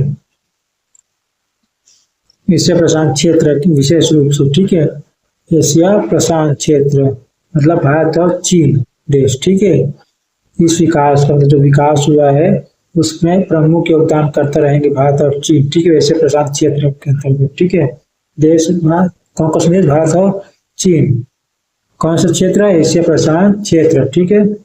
चलिए अगला पॉइंट दिया हुआ है, हालांकि रिपोर्ट में भू राजनीतिक तनाव और आपूर्ति श्रृंखला के बाधाओं को संभावित जोखिम बताया गया है। मतलब जो रिपोर्ट है उसमें भी ये भी कहा गया है कि जो भू राजनीतिक तनाव है और जो आपूर्ति श्रृंखला है उसकी बाधाओं को जोखिम बताया गया है। मतलब राजनीतिक जो भू राजनीतिक तनाव है उसमें भी जोखिम बताया गया है और आपूर्ति श्रृंखला की जो आपूर्ति श्रृंखला है उन पर भी मतलब संभावित जोखिम बताया गया है, ठीक है। अब राजनीतिक तनाव और आपूर्ति श्रृंखला पर, ठीक है, जोखिम बताया गया है रिपोर्ट में, ठीक है। फिर अगला पॉइंट है एयरलाइनों द्वारा बेड़े के आधुनिकीकरण और दक्षता पर ध्यान देने से भी अधिक मार्जिन में सुधार हुआ है। मतलब एयरलाइन के द्वारा, जो एयरलाइन है उनके द्वारा बेड़े के आधुनिकीकरण, ठीक है, जो बेड़ा है उनके आधुनिकीकरण और दक्षता पर, मतलब जो बेड़ा है उनके आधुनिकीकरण और दक्षता पर ध्यान देने से भी लाभ मार्जिन सुधार हुआ है, ठीक है, लाभ मार्जिन में सुधार हुआ है। फिर इसका आखिरी पॉइंट है यह अनुमान निवेशकों और विमानन क्षेत्र के लिए सकारात्मक संकेत है। मतलब जो यह अनुमान है वो निवेशक और विमानन क्षेत्र के लिए, ठीक है, सकारात्मक संकेत है, यानी कि अच्छा संकेत बताया जा रहा है जो अनुमान है वो इसके हिसाब से, ठीक है, निवेशक और विमानन क्षेत्र के लिए। क्लियर। चलिए अगला देखते हैं। अगला दिया हुआ है थाईलैंड कंबोडिया तनाव। मतलब थाईलैंड कंबोडिया के बीच तनाव है, सीमा पर थाईलैंड के हवाले हमले, ठीक है, सीमा पर जो थाईलैंड के हवाले हमले हो रहा है, थाईलैंड कंबोडिया के बीच तनाव उत्पन्न हो चुके हैं, ठीक है। तो इसका पॉइंट जरा समझ, दक्षिण पूर्व एशिया में तनाव बढ़ गया है। दक्षिण पूर्व जो एशिया है उस पर तनाव, वहां तनाव बढ़ गया है क्योंकि थाईलैंड ने कंबोडिया के साथ अपनी सीमा पर हवाई हमले किए हैं। मतलब जो थाईलैंड है उन्होंने कंबोडिया के साथ, जो थाईलैंड देश है वो कंबोडिया देश के साथ अपनी सीमा पर, मतलब कंबोडिया देश है उनके खिलाफ अपनी सीमा पर हवाई हमले किए हैं, ठीक है। मतलब अब थाईलैंड अपने जो सीमा है वहां से कंबोडिया के खिलाफ हवाई हमले किए हैं दक्षिण पूर्व एशिया में। इस वजह से दक्षिण पूर्व एशिया में तनाव बढ़ गया है। मतलब थाईलैंड, दक्षिण पूर्व एशिया में तनाव इसलिए बढ़ा है क्योंकि जो थाईलैंड देश है वो कंबोडिया देश के विरुद्ध, मतलब उसके खिलाफ अपनी सीमा पर, जो थाईलैंड है वो अपने सीमा पर हवाई हमले किए हैं कंबोडिया के खिलाफ। इसी वजह से जो दक्षिण पूर्व एशिया है वहाँ तनाव बढ़ गया है। अब क्लियर हुआ। चलिए अगला पॉइंट देखते हैं। ये हमले दोनों देशों के बीच ताजा सीमा झड़पों के बाद 8 दिसंबर को किए गए, ठीक है। मतलब जो हमले हुए हैं वो दोनों देशों के बीच ताजा सीमा झड़पों के बाद, और ताजा सीमा झड़पों के बाद 8 दिसंबर को किए, ठीक है। फिर अगला पॉइंट दिया हुआ है, दोनों देशों के बीच ऐतिहासिक मंदिरों और सीमांकन को लेकर लंबे समय से विवाद चल रहा है। और जो दोनों देश हैं, ठीक है, कंबोडिया और थाईलैंड, उनके बीच जो ऐतिहासिक मंदिर है, जो पुराने मंदिर है, जो बहुत पुराने मंदिर है वहाँ के, और सीमा के बीच सीमांकन जो किया हुआ है, उनको लेकर उनके बीच में लंबे समय से विवाद चल रहा है। किन किन के बीच, किन किन देशों के बीच? थाईलैंड और कंबोडिया, जो एशिया प्रशांत क्षेत्र के देश है। ठीक है, फिर अगला पॉइंट दिया हुआ है, अंतर्राष्ट्रीय समुदाय ने दोनों देशों से संयम बरतने और राजनयिक बातचीत से मुद्दा सुलझाने की अपील की है। मतलब जो अंतर्राष्ट्रीय समुदाय है उन्होंने दोनों देशों को संयम बरतने और राजनीतिक जो बातचीत है उस मुद्दे को सुलझाने की अपील की है अंतर्राष्ट्रीय समुदाय ने। ठीक है, दोनों देशों को, जो कंबोडिया और थाईलैंड है, उन दोनों देशों को, दोनों पक्षों को मतलब संयम बरतने और राजनीतिक बातचीत से मुद्दा सुलझाने की अपील की है। ठीक है, अंतर्राष्ट्रीय समुदाय ने। ठीक है, चलिए अगला पॉइंट दिया हुआ है, हमलों के कारण सीमावर्ती गांव से सैकड़ों नागरिकों का सुरक्षित स्थानों पर पलायन करना पड़ा है। मतलब जो हमले के कारण जो हमला हुआ है उसके कारण जो सीमा में रहने वाले जो गांव में जो दोनों देशों के बीच जो सीमा होते हैं उनमें भी गांव होते हैं, तो वहां के गांव के सैकड़ों नागरिकों का सुरक्षित स्थानों पर, मतलब जो नागरिक है वहां, जो सैकड़ों नागरिक है जो सीमा पर जो गांव लगे हुए हैं वहां पर रहने वाले जो नागरिक हैं उनको सुरक्षित स्थानों पर पलायन करने, मतलब वहां सुरक्षित स्थान पर ले जाने का मतलब सुरक्षित ले जाया गया है। ठीक है, तो उसी सुरक्षित जगह पर ले जाया गया है जो वहाँ सैकड़ों नागरिक रहते थे सीमा के बीच। ठीक है, दोनों देशों के जो हमला के दौरान। ठीक है, क्योंकि हमला हो रहा था तो इसकी वजह से उसको सीमा के जो गांव है उसको मतलब सुरक्षित जगह पे ले जाया गया जो वहाँ के जो नागरिक थे। ठीक है, सीमा में जो रहते थे वहाँ। फिर अगला पॉइंट है आसियान, जिसका ASEAN। ठीक है, आसियान मतलब आसियान यानी कि ASEAA। ठीक है, ASEAN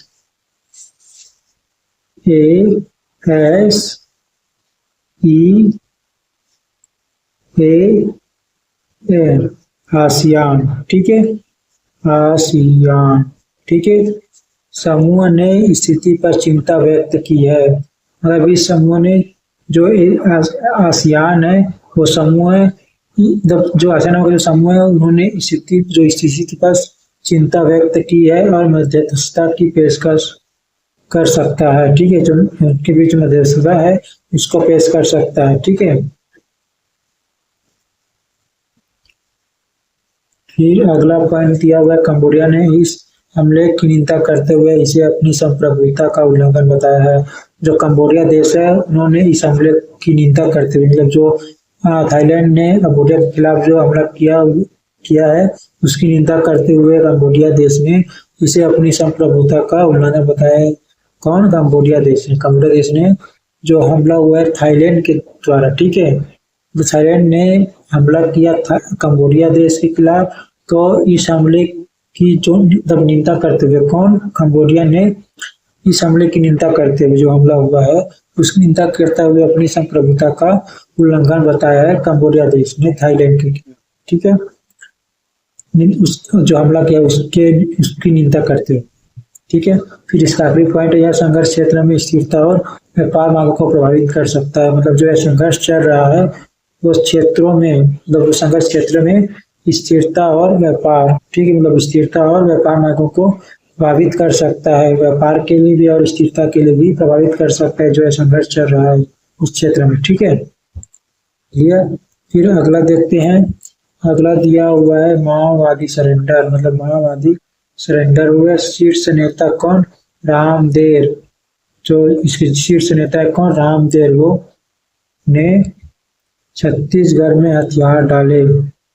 मतलब जो माओवादी है उन्होंने सरेंडर किया और इनकी जो मुख्य नेता है वो कौन है? रामदेव नाम का एक व्यक्ति है। उन्होंने छत्तीसगढ़ में अपना हथियार डाल दिए। मतलब उन्होंने अपने आप को सरेंडर कर दिया, मतलब उसको माओवादी कहेंगे, मतलब उस माओवादी का जो मुख्य नेता है वो रामदेव नाथ, ठीक है।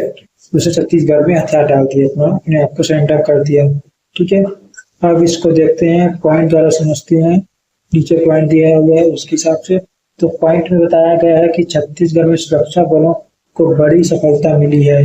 जो सुरक्षा बल है उनको बड़ी सफलता मिली है, जहां वरिष्ठ माओवादी नेता रामदेव ने आज आत्मसमर्पण कर दिए, मतलब अपने आप को, मतलब सरेंडर कर दिया, अपना मतलब आत्मसमर्पण, खुद से समर्पण कर दिया जो सुरक्षा बल है उन, उनके सामने, ठीक है, छत्तीसगढ़ में, ठीक है।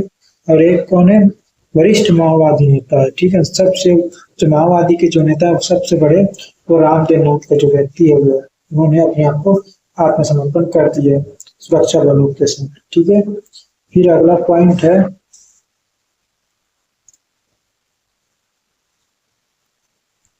अगला पॉइंट दिया हुआ है, रामदेव 61 आपराधिक मामलों में वांछित था, ठीक है। जो रामदेव है वो 61 आपराधिक मामलों में वांछित था, और पुलिस ने उस पर बड़ा इनाम घोषित कर रखा था। मतलब जो रामदेव नाम का जो माओवादी वरिष्ठ नेता है वो आपराधिक मामलों में वांछित था, और पुलिस के द्वारा भी उसे उसको पकड़ने का भी बड़ा इनाम घोषित किया गया था, ठीक है। फिर अगला पॉइंट है, उसने बस्तर क्षेत्र में पुलिस और अर्धसैनिक बलों के सामने अपने हथियार डाले। मतलब जो माओवादी जो वरिष्ठ नेता है रामदेव, उन्होंने जो वो बस्तर क्षेत्र में, ठीक है, बस्तर क्षेत्र में, छत्तीसगढ़ के बस्तर क्षेत्र में पुलिस और अर्धसैनिक बलों के सामने, ठीक है, पुलिस और अर्धसैनिक बलों के सामने अपने हथियार डाल दिए, ठीक है, अपने आप को सरेंडर कर दिया, आत्मसमर्पण कर दिया, जो अपने हथियार है उसको नीचे करके अपने आप को सरेंडर कर दिया, ठीक है, पुलिस और अर्धसैनिक बलों के सामने, ठीक है। फिर अगला पॉइंट है, पुलिस के अनुसार रामदेव माओवादी विचारधारा से मोह भंग और सरकार की पुनर्वास नीति से प्रभावित होकर मुख्य धारा में लौटा है, ठीक है। जो पुलिस के अनुसार बताया गया है कि जो रामदेव माओवादी है वो विचारधारा से मोह भंग और सरकार की पुनर्वास नीति से प्रभावित होकर मुख्य धारा में लौटा है, ठीक है। फिर अगला पॉइंट दिया हुआ, यह सरेंडर क्षेत्र में नक्सल विरोधी अभियानों के लिए एक बड़ा मनोबल बढ़ाने वाला कदम है। मतलब जो है सरेंडर हुआ है रामदेव, ठीक है, उन्होंने अपने आप को सरेंडर किया, तो उसको जो सरेंडर हुआ है उस क्षेत्र में, जो सरेंडर क्षेत्र में, वहां नक्सल विरोधी अभियान के लिए, नक्सल विरोधी अभियान के लिए एक बड़ा मनोबल बढ़ाने वाला कदम है। मतलब जो बड़ा कदम उठा रहे थे पुलिस और अर्धसैनिक बलों के द्वारा, ठीक, छत्तीसगढ़ में, ठीक है, तो उसके लिए एक बड़ा कदम हो सकता है इस सरेंडर का, मतलब सरेंडर की वजह से, ठीक है, और उस क्षेत्र में, ठीक है, जहाँ सरेंडर हुआ उस क्षेत्र में। फिर अगला पॉइंट दिया हुआ, सरकार ने उसे पुनर्वास नीति के तहत वित्तीय सहायता और अन्य सुविधा देने का आश्वासन दिया है। मतलब जो सरकार है वो किसको, रामदेव को, ठीक है, रामदेव को सरकार ने रामदेव को पुनर्वास नीति के तहत, ठीक है, पुनर्वास नीति के तहत वित्तीय सहायता, मतलब वित्तीय सहायता और अन्य सुविधाएं देने का आश्वासन दिया है। मतलब वित्तीय सहायता भी देंगे और अन्य सुविधाएं देने का भी आश्वासन दिया है, ठीक है। फिर इसका अगला पॉइंट दिया हुआ, पिछले कई महीनों में छत्तीसगढ़ में कई नक्सलियों ने हिंसा का रास्ता छोड़ा है। मतलब ये बताया गया है कि पिछले कई महीनों में, ठीक है, जो छत्तीसगढ़ में जो नक्सली क्षेत्र प्रभावित हुए हैं उसमें से जो नक्सल जो हिंसा कर रहे थे उसका कई जो नक्सली है वो अपना हिस्सा छोड़ रहे हैं, ऐसा बताया गया। मतलब जो नक्सली का जो रास्ता है वो छोड़ रहे हैं, ऐसा बताया गया कुछ महीनों से।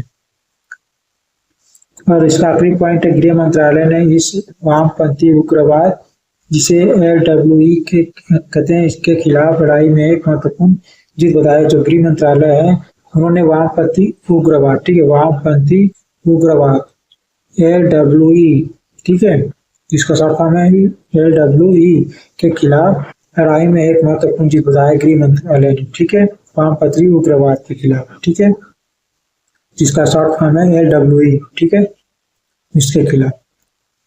फिर अगला अगला दिया अगला देखते हैं। अगला है अडानी का बयान। अडानी का बयान क्या है?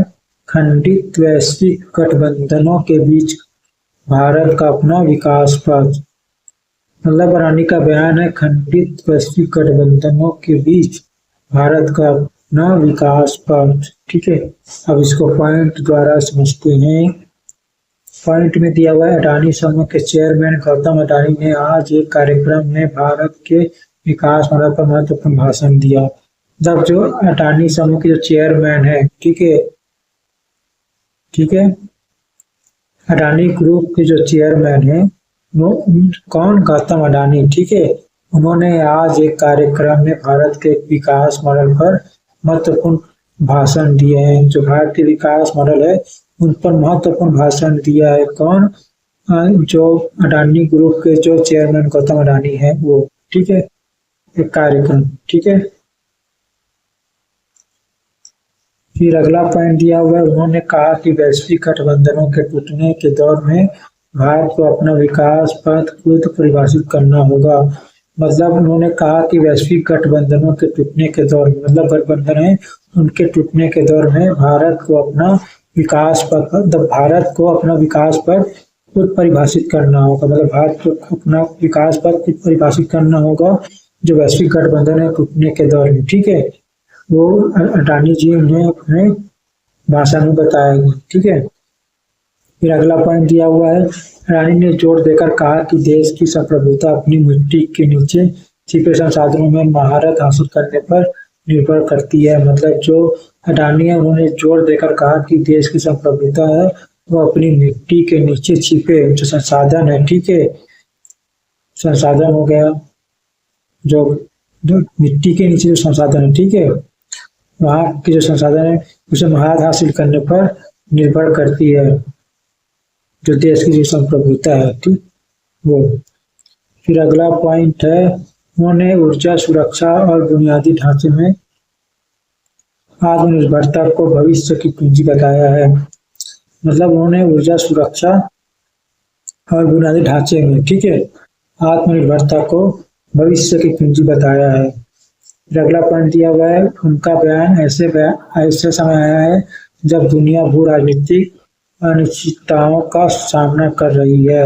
मतलब अगला पॉइंट में यह कहा गया है कि उनका बयान तब आया, उस समय आया जब दुनिया भू राजनीतिक, पूरी दुनिया भू राजनीतिक अनिश्चितताओं का सामना कर रहा हो, ठीक है, तब अडानी जी का बयान है ऐसे समय में, ठीक है। फिर अगला पॉइंट दिया हुआ है अडानी ने भारतीय उद्योगों से वैश्विक आपूर्ति श्रृंखला में अपनी स्थिति मजबूत करने का आह्वान किया। मतलब जो अडानी है उन्होंने भारतीय उद्योगों से, ठीक है, भारतीय जो उद्योग है उनसे वैश्विक आपूर्ति श्रृंखला में, वैश्विक आपूर्ति श्रृंखला है उसमें अपनी स्थिति मजबूत करने का आह्वान किया है, अपनी स्थिति मजबूत करने का आह्वान किया, ठीक है, जो अडानी है भारतीय उद्योगों से।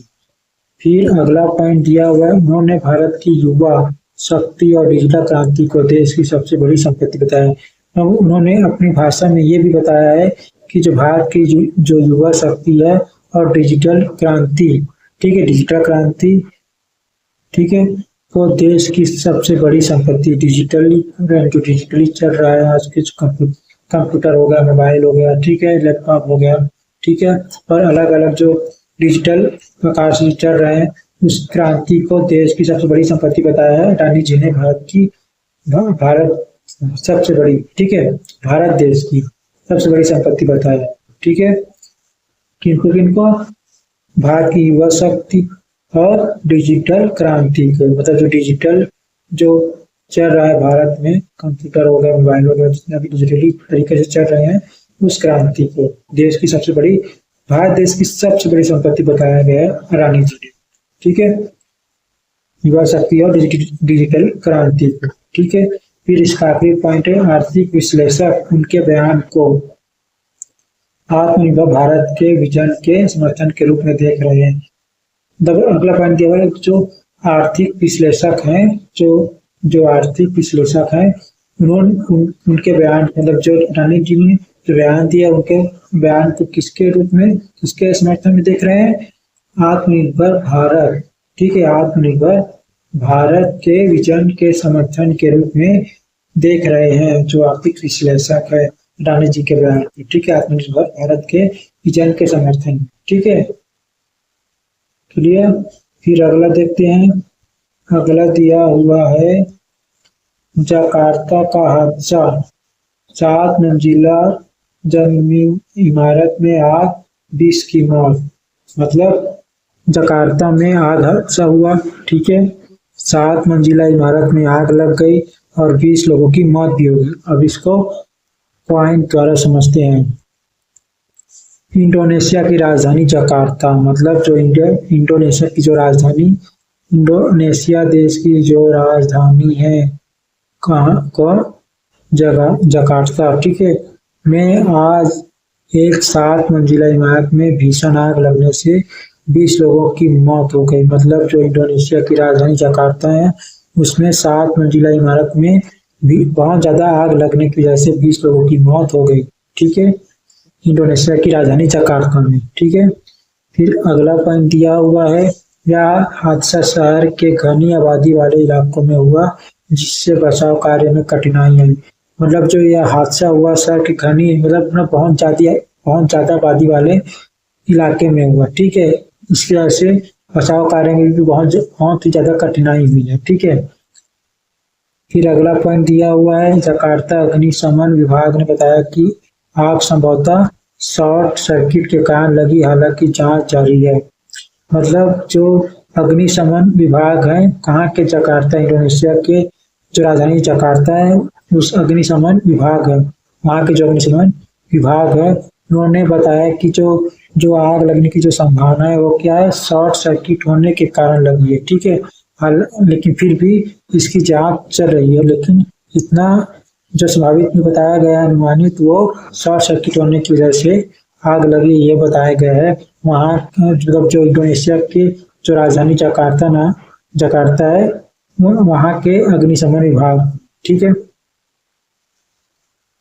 मतलब जकार्ता के अग्निशमन विभाग। ठीक है, फिर अगला पॉइंट दिया हुआ है, मृतकों में कई बच्चे और महिलाएं भी शामिल है, जबकि दर्जनों लोग घायल हुए हैं। मतलब जो मृतक, जो जिनकी मृत्यु हुई है, उसमें कई बच्चे भी शामिल है, 20 लोगों की मौत हुई है, जिसमें से बच्चे भी हैं और महिलाएं भी हैं, और कई कई दर्जनों, मतलब कई लोग भी बहुत ज्यादा घायल हुए हैं। ठीक है, बहुत ही ज्यादा लोग भी घायल हुए हैं, और 20 लोगों में जो मृत्यु हुई है उसमें बच्चे भी थे और महिलाएं भी थी। ठीक है, फिर अगला पॉइंट देखते हैं। अगला पॉइंट दिया हुआ, इंडोनेशियाई राष्ट्रपति ने घटना पर गहरा दुख व्यक्त किया है। जो इंडोनेशिया के जो राष्ट्रपति हैं, उन्होंने इस घटना पर गहरा दुख व्यक्त किया है और पीड़ितों के लिए मुआवजे की घोषणा की है। और जो पीड़ित में जो व्यक्ति हैं, उनको भी मुआवजा देने की घोषणा की है। ठीक है, जो इंडोनेशिया के जो राष्ट्रपति है। ठीक है, इस घटना पर गहरा दुख व्यक्त करते हुए। ठीक है, फिर अगला पॉइंट दिया हुआ है, इमारत में सुरक्षा मानकों की कमी की भी रिपोर्ट मिली है। मतलब जो इमारत बनी हुई है, 7 मंजिला इमारत, वहाँ की जो सुरक्षा मानक है, वहाँ भी कमी पाई गई है, ऐसा रिपोर्ट में बताया गया है। ठीक है, मतलब उसकी रिपोर्ट मिली है कि जो सुरक्षा मानक है उसकी कमी पाई गई है, जो सुरक्षा है उसकी कमी पाई गई है, जो 7 मंजिला जो इमारत है वहाँ। ठीक है, फिर अगला पॉइंट दिया हुआ, यह घटना जकार्ता में शहरी नियोजन और अग्नि सुरक्षा नियमों के पर सवाल उठाती है।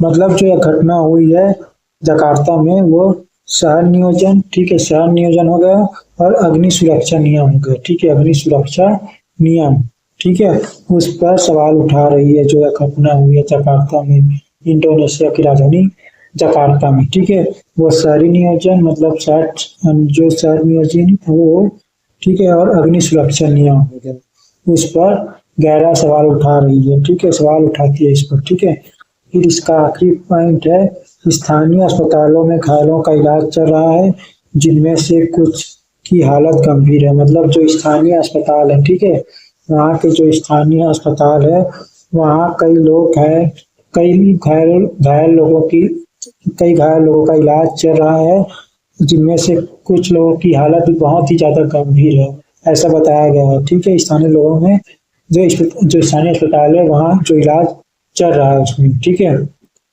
इलाज चल भी रहा है और कई लोग उसमें जो उसकी जो हालत है, कई लोगों की जो मरीज है उस जो घायल हुआ है उसमें कई लोग गंभीर हालत में भी है। ठीक है, जो उसकी हालत है वो बहुत ही ज़्यादा गंभीर है, ऐसा बताया गया है। फिर इस अगला देखते हैं, केरल अभिनेता हमला मामला। केरल अभिनेता हमला मामला, दिलीप बरी, 6 अन्य दोषी करार। ठीक है, अब इसको पॉइंट द्वारा समझते हैं। केरल की एक अदालत ने 2017 के बहुचर्चित अभिनेत्री हमला मामले में मलयालम अभिनेता दिलीप को आज बरी कर दिया है। मतलब जो केरल की जो अदालत है 2017 के जो बहुचर्चित अभिनेत्री है, ठीक है, उनकी जो हमला हुए हैं उस मामले की जो मलयालम नेता है कौन, दिलीप, उसको बरी कर दिया गया है केरल की जो अदालत में। ठीक है, मतलब जो जो केस है 2017 का केस है और जो उस समय का केस है उसके हिसाब से जो बहुचर्चित अभिनेत्री है, ठीक है, उस पर हमला किया गया है। ठीक है, तो उस मामले को मलयालम मतलब जो केरल की जो अदालत है उसको मलयालम के जो नेता जो अभिनेता है मलयालम के जो अभिनेता है यानी कि जो एक्टर है दिलीप, उसको छोड़ दिया गया है, मतलब बरी कर दिया गया है। ठीक है, फिर अगला पॉइंट देखते हैं। अगला पॉइंट दिया हुआ है, अदालत ने सबूतों के अभाव में दिलीप को साजिश रचने के आरोपों से मुक्त किया। मतलब अदालत ने सबूत के अभाव में मतलब सबूत न मिलने की वजह से दिलीप को साजिश रचने के आरोपों से मुक्त कर दिया। तो साजिश जो दिलीप जो साजिश रचा गया है उसके आरोप को भी मुक्त कर दिया गया है अदालत में अच्छी तरीके से सबूत न मिलने की वजह से, मतलब उसके जो खिलाफ है उसके खिलाफ सबूत न मिलने की वजह से उसको छोड़ दिया गया है। ठीक है, उसको मुक्त कर दिया है, उसके जो खिलाफ जो आरोप लगा थे उस पर। ठीक है, फिर अगला पॉइंट दिया हुआ है, हालांकि मामले के मुख्य आरोपी पल्सर सुनी सहित 6 अन्य लोगों को दोषी ठहराया गया है। मतलब फिर भी मामले के जो मुख्य आरोपी हैं, ठीक है, मतलब जो मामला उसमें मुख्य जो आरोपी कौन, पल्सर सुनी के साथ साथ में कौन और 6 अन्य लोग, जो 6 लोग हैं उनको भी उनको तो दोषी ठहराया गया है। ठीक है, मतलब जो मुख्य आरोपी है पल्सर सुनी और उनके जो 6 साथी उनको दोषी ठहराया गया है। ठीक है, फिर अगला पॉइंट दिया हुआ, यह फैसला एर्नाकुलम की विशेष अदालत द्वारा सुनाया गया। मतलब जो फैसला सुनाया गया है एर्नाकुलम की विशेष अदालत, ठीक है, उनके द्वारा सुनाया गया, जिसने लंबी सुनवाई के बाद यह निर्णय दिया। मतलब बहुत ही लंबी सुनवाई चल रही थी जिसमें मतलब 2017 का केस है दोस्तों, तो मतलब इतने साल हो गए 2017 से चलते हुए आ रहे केस को अभी जो निर्णय है वो उसको पूर्ण किया। ठीक है, मतलब जो फैसला है वो कहाँ के एर्नाकुलम की अदालत के द्वारा सुनाया गया है। ठीक है, फिर अगला पॉइंट दिया हुआ है, दिलीप की रिहाई उनके प्रशंसकों के लिए राहत की खबर है। मतलब जो दिलीप को छोड़ दिया गया, मुक्त कर दिया उनके आरोपों से, मतलब उसकी रिहाई कर दी गई है, तो उनके जो प्रशंसक है उनके लिए राहत की खबर है। मतलब उनके जो प्रशंसक है, ठीक है, उनके फैन है, प्रशंसक है, ठीक है, उनके लिए राहत की खबर है। जबकि अभियोजन पक्ष ने फैसले का अध्ययन करने की बात कही है। मतलब जो अभियोजन पक्ष है उन्होंने फैसले का अध्ययन करने की बात कही है। जो फैसले लिए गए हैं उसको अध्ययन करने की बात कही गई है। ठीक है, फिर अगला पॉइंट दिया हुआ है, 2017 में एक प्रमुख अभिनेत्री का अपहरण और यौन उत्पीड़न किया गया था जिसमें दिलीप पर मास्टरमाइंड होने का आरोप था। ठीक है, 2017 में एक प्रमुख अभिनेत्री जो पर हम लोग पढ़े थे, ठीक है, उस अभिनेत्री का अपहरण भी किया गया और उसके साथ गलत शोषण भी किया गया। ठीक है, मतलब गलत चीज किया गया। ठीक है, लेकिन फिर भी जिसमें दिलीप पर मास्टरमाइंड होने का आरोप लगाया था। ठीक है, 2017 में, ठीक है। जो अभी जो रिहा मुक्त कर दिया गया है अदालत के द्वारा, वो इसी का है, ठीक है। मतलब जो दिलीप है उसका, उसको मास्टरमाइंड बताया गया है, ठीक है। ऐसा 2017 के हिसाब से जो अभिनेत्री है उसके अपहरण और मतलब जो उनके मतलब जो 2017 में जो प्रमुख अभिनेत्री है उसके अपहरण और उनके साथ गलत व्यवहार की, ठीक है। मतलब उनके साथ जो गलत हुआ है उसके उसके लिए, ठीक है, उस पर आरोप लगाया गया था, जो अब मुक्त हो गया है। फिर अगला पॉइंट दिया हुआ है, अदालत के बाहर सुरक्षा कड़ी कर दी गई थी क्योंकि यह मामला राज्य में काफी संवेदनशील है। मतलब अदालत के बाहर भी सुरक्षा कड़ी कर दी गई थी क्योंकि जो मामला है वो एक अभिनेता के साथ भी मतलब बहुत ज्यादा संवेदनशील है क्योंकि एक 2017 की प्रसिद्ध मतलब फेमस अभिनेत्री भी है और फेमस एक एक्टर भी है। तो उनके जो फैन है उसके कार्य मतलब उसके जो हो सकता है कि जो अदालत है वहां घुस सकती थी, तो उस अदालत की सुरक्षा भी कड़ी कर दी गई थी ताकि कोई भी, चाहे फैन हो चाहे कोई भी हो, चाहे कोई गुंडा हो या कोई भी हो, वहां घुस न सके और वहां अंदर में रहने जो अंदर में जो कार्रवाई चल रही है उस पर कोई प्रभाव ना पड़े और उस पर कोई हमला भी ना करे। तो इसकी सुरक्षा कड़ी कर दी गई थी अदालत के बाहर, ठीक है। क्योंकि जो यह मामला है वो राज्य स्तर तक की बहुत बड़ी संवेदनशील है, मतलब बहुत ही राज्य स्तर का मामला बन चुका है, ठीक है। फिर अगला पॉइंट, इसका आखिरी पॉइंट दिया हुआ है, दोषी पाए गए लोगों की सजा पर बहस जल्द ही शुरू होगी। मतलब जो दोषी पाए गए जो लोगों की सजा है उस पर जल्द ही बहस शुरू हो जाएगी, ठीक है। ऐसा आखिरी पॉइंट में दिया हुआ है। फिर अगला देखते हैं, अगला है जूनियर महिला हॉकी, भारत ने वेल्स को 3-1 से हराया, ठीक है। मतलब जूनियर महिला हॉकी में भारत ने जो भारत की जो जूनियर महिला हॉकी है, ठीक है, भारत की, उन्होंने वेल्स को 3-1 से हराया, ठीक है। अब देखते हैं, अब पॉइंट समझते हैं। FIH जूनियर महिला हॉकी, ठीक है। FIH जूनियर महिला हॉकी विश्व कप 2025 के प्ले ऑफ मैच में भारत ने वेल्स को 3-1 से हरा दिया है। मतलब FIH जूनियर महिला हॉकी विश्व कप 2025 के प्ले ऑफ मैच में, ठीक है, भारत ने वेल्स को 3-1 से हरा दिया है। महिला विश्व मतलब FIH जूनियर महिला हॉकी विश्व कप 2025 में, ठीक है। फिर अगला पॉइंट दिया हुआ है, भारतीय टीम ने मैच की शुरुआत से ही आक्रामक खेल दिखाया और गेंद पर नियंत्रण बनाए रखा। मतलब जो भारतीय टीम है उन्होंने मैच की शुरुआत ही आक्रामक तरीके से दिखाया और गेंद पर भी बहुत ही अच्छे तरीके से नियंत्रण रखा, ठीक है, नियंत्रण बनाए रखा, ठीक है। और शुरुआत से ही अच्छे तरीके से ही खेल रही थी, ठीक है, भारतीय टीम। फिर अगला पॉइंट दिया हुआ है, भारत की ओर से फॉरवर्ड खिलाड़ियों ने शानदार मैदानी गोल किया जिससे टीम को बढ़त मिली, ठीक है। तब जो भारत की ओर से जो फॉरवर्ड खिलाड़ी थे उन्होंने शानदार मैदानी गोल किया, मतलब अच्छी तरीके से गोल किया, ठीक है, मैदान में, जिससे टीम को और अच्छी तरीके से बढ़ोतरी, मतलब अच्छी तरीके से उनको आगे बढ़ने की सहायता मिली, ठीक है।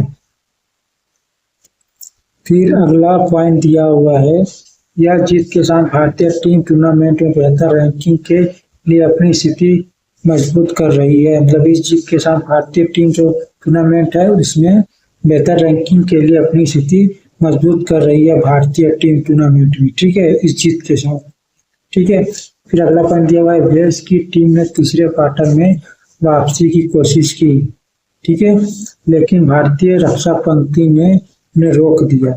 मतलब वेल्स की टीम ने तीसरे क्वार्टर में वापसी की कोशिश की, ठीक है, लेकिन भारतीय टीम रक्षा पंक्ति ने उन्हें रोक दिया, क्लियर। फिर अगला पॉइंट दिया हुआ है, कोच ने टीम के प्रदर्शन विशेष रूप से पेनल्टी कॉर्नर रूपांतरण पर संतोष व्यक्त किया है। जो कोच है उन्होंने टीम के प्रदर्शन के लिए ठीक है विशेष रूप से पेनल्टी कॉर्नर रूपांतरण पर संतोष व्यक्त किया है। फिर अगला पॉइंट दिया हुआ है, यह जीत भारतीय जूनियर महिला हॉकी के भविष्य के लिए सकारात्मक संकेत है। मतलब जो जीत हासिल की है भारत की महिला हॉकी टीम ने, मतलब भारतीय जूनियर महिला हॉकी के भविष्य के लिए एक सकारात्मक संकेत है। ठीक है, फिर आखिरी पॉइंट दिया हुआ है, अगला मुकाबला भारतीय टीम के लिए रैंकिंग निर्धारण में महत्वपूर्ण होगा। ठीक है, मतलब अगला मुकाबला है भारतीय टीम के लिए, जो अगला मुकाबले के लिए भारतीय टीम के लिए रैंकिंग निर्धारण में महत्वपूर्ण हो जाएगा इस जीत के बाद। ठीक है, फिर अगला दिया हुआ है, चीनी दूतावास 22 दिसंबर से ऑनलाइन वीजा प्रणाली शुरू करेगा। चीनी दूतावास 22 दिसंबर से ऑनलाइन वीजा प्रणाली शुरू करेगा। ठीक है, चीनी दूतावास, फिर इसको पॉइंट द्वारा समझे दोस्तों। पॉइंट दिया हुआ, भारत ने चीनी दूतावास से घोषणा की है कि वह 22 दिसंबर 2025 से एक ऑनलाइन वीजा आवेदन प्रणाली शुरू करेगा। मतलब भारत में चीनी दूतावास ने घोषणा की है, ठीक है, भारत में, कि वह 22 दिसंबर 2025 से एक ऑनलाइन वीजा आवेदन प्रणाली शुरू करेगा। ये घोषणा की है किसने? भारत में चीनी दूतावास ने। ठीक है, फिर अगला पॉइंट दिया हुआ है, इस कदम का उद्देश्य भारतीय यात्रियों, व्यापारियों और छात्रों के लिए वीजा प्रक्रिया को सुव्यवस्थित और तेज करना है। मतलब जो इसका मुख्य उद्देश्य, इस कदम का मुख्य उद्देश्य क्या है? भारतीय यात्रियों हो गया, व्यापारी हो गया और छात्र हो गए, उनके लिए वीजा प्रक्रिया को सुव्यवस्थित और तेज करना है, ये इनका उद्देश्य है। ठीक है, फिर अगला पॉइंट दिया हुआ है, अब आवेदकों को भौतिक रूप से फॉर्म जमा करने के बजाय डिजिटल माध्यम से आवेदन करने की सुविधा मिलेगी। मतलब जो आवेदक हैं उनको भौतिक रूप से, मतलब कागजी कार्रवाई की तरफ से फॉर्म जमा करने के बजाय डिजिटली, मतलब ऑनलाइन के तरीके से ही आवेदन करने की सुविधा मिल जाएगी। ठीक है, आवेदन करने की सुविधा मिल जाएगी ऑनलाइन तरीके से। ठीक है, डिजिटली तरीके से या फिर ऑनलाइन तरीके से, जिसको बोला जो बोल सकते हो आप। ठीक है, फिर अगला पॉइंट दिया हुआ है, यह पहल दोनों देशों के बीच लोगों के बीच संपर्क को बढ़ावा देने का प्रयास है। ठीक है, मतलब जो यह पहल शुरू किया गया है वो दोनों देशों के बीच, चीन और भारत दोनों के बीच, ठीक है, लोगों के बीच संपर्क को बढ़ावा देने का प्रयास है। संपर्क को, ठीक है, उनके मतलब चीनी और भारत के बीच जो संपर्क है उनको बढ़ाने का जो बढ़ावा है, उनको बढ़ावा देने का प्रयास है, संपर्क को बढ़ावा देने का प्रयास है। ठीक है, मतलब आपसी तालमेल बढ़ाने का प्रयास है, ये आप समझ सकते हो। फिर अगला पॉइंट दिया हुआ है, कोरोना काल के बाद से वीजा बैकलॉग की शिकायतों के बीच यह एक बड़ी राहत मानी जा रही है। मतलब कोरोना काल के बाद से, ठीक है, मतलब कोरोना काल के दौरान मतलब जो कोरोना काल हुआ उसके बाद से वीजा बैकलॉग की जो शिकायत है उसके बीच यह एक बड़ी राहत मानी जा रही है, जो चीनी दूतावास के द्वारा किया गया है भारत के लिए। ठीक है, फिर अगला पॉइंट दिया हुआ है, नई प्रणाली में बायोमेट्रिक डेटा और दस्तावेजों को ऑनलाइन अपलोड करने की सुविधा होगी। मतलब जो यह प्रणाली की गई, जो हम लोगों ने बताया ऊपर में, बायोमेट्रिक डेटा, मतलब बायोमेट्रिक डेटा, इसको फिंगरप्रिंट बोल सकते हैं, आई प्रिंट बोल सकते हैं, ठीक है, थंब प्रिंट बोल सकते हैं, या फिर और तरीके से जो प्रिंट होते हैं, मतलब बायोमेट्रिक हो गया। और दस्तावेज को ऑनलाइन अपलोड करनी, उसकी सुविधा होगी, अपलोड करने की सुविधा होगी। ठीक है, बायोमेट्रिक डेटा को रखने की और दस्तावेजों को ऑनलाइन अपलोड करने की सुविधा होगी। ठीक है, इस नई प्रणाली। ठीक है, फिर अगला पॉइंट दिया हुआ, पर्यटन और व्यापार संगठनों ने इस फैसले का स्वागत किया है। मतलब जो पर्यटन है और व्यापार है, पहले जो व्यापार संगठन है, ठीक है, उन्होंने इस फैसले का स्वागत किया है, जो फैसला किया गया तो उसको स्वागत किया है चीनी दूतावास द्वारा। और अगला पॉइंट दिया हुआ, मतलब आखिरी पॉइंट दिया हुआ है, दूतावास ने आवेदकों को नई वेबसाइट के माध्यम से दिशा निर्देशों को पालन करने की सलाह दी है। मतलब दूतावास ने आवेदकों को नई वेबसाइट के माध्यम से, मतलब जो अभी जो वेबसाइट है उसके माध्यम से दिशा निर्देशों का पालन करने का सलाह दिया हुआ है। ठीक है, दूतावास ने। फिर अगला दिया हुआ है सुपर कप फुटबॉल। ठीक है, super cup football FC Goa ने तीसरी बार खिताब जीता। ठीक है, एफसी गोवा ने तीसरी बार खिताब जीता सुपर कप फुटबॉल। ठीक है, फिर इसको पॉइंट वाला समझते हैं।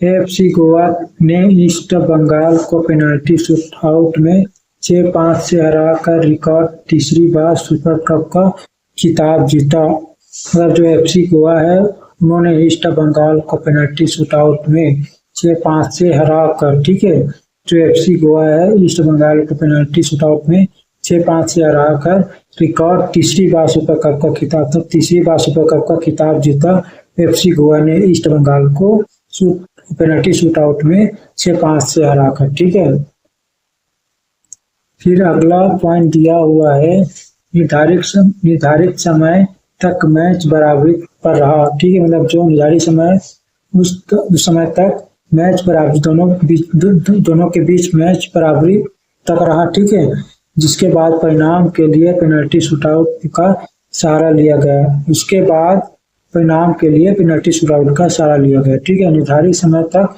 मैच बराबरी रहा, लेकिन उसके बाद जो परिणाम के लिए पेनल्टी शूटआउट का सहारा लिया गया। ठीक है, फिर अगला पॉइंट दिया हुआ है, यह जीत एफसी गोवा को भारतीय टीम फुटबॉल में सबसे सफल क्लबों में से एक के रूप में साबित करती है।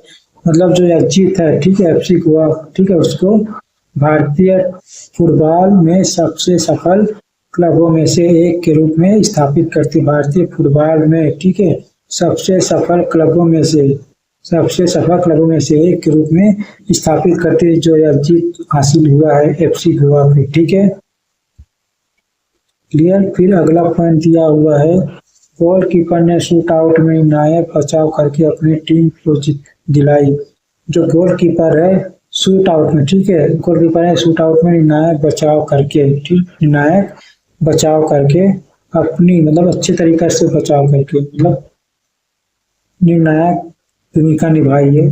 तो उस बचाव में अपनी टीम को जीत दिलाई। ठीक है, गोलकीपर है शूटआउट में। ठीक है, फिर अगला पॉइंट दिया है, ईस्ट बंगाल ने कड़ी टक्कर दी लेकिन अंतिम क्षणों में चूक गए। ईस्ट बंगाल ने अच्छे तरीके से टक्कर दी लेकिन अंतिम क्षणों में वो चूक गई। ठीक है, इस वजह से वो हार गई।